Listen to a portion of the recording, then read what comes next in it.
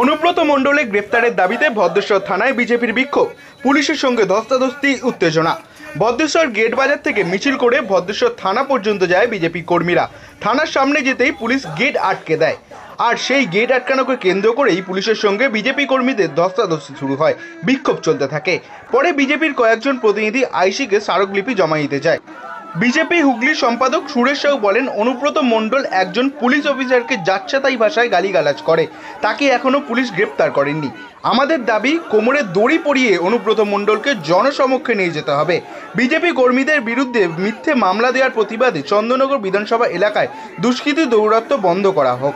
মহিলাদের নিরাপত্তা সুনিশ্চিত করার দাবিতে বিক্ষোভ দেখানো হয়।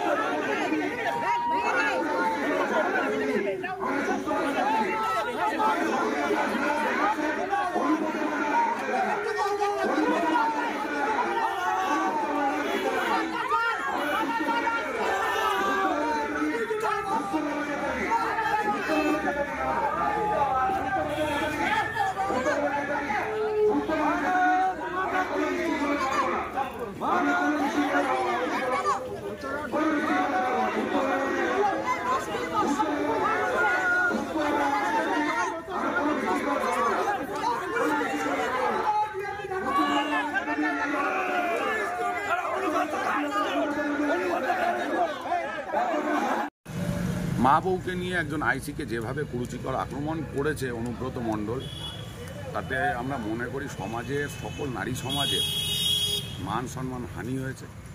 সমাজ দেখতে চায় এই অনুব্রত মণ্ডলকে পুলিশ যেন কোমরে দড়ি বেঁধে রাস্তায় হাঁটিয়ে থানায় নিয়ে যায়। সুতরাং সেই মর্মেই আজকে আমাদের ভদ্রেশ্বর থানায় স্মারকলিপি প্রদান ছিল।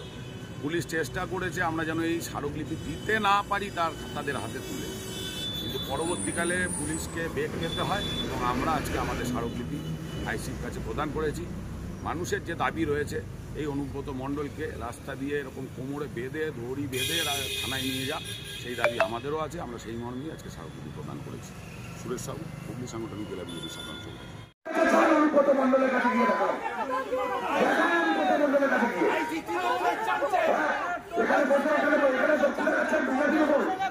একটা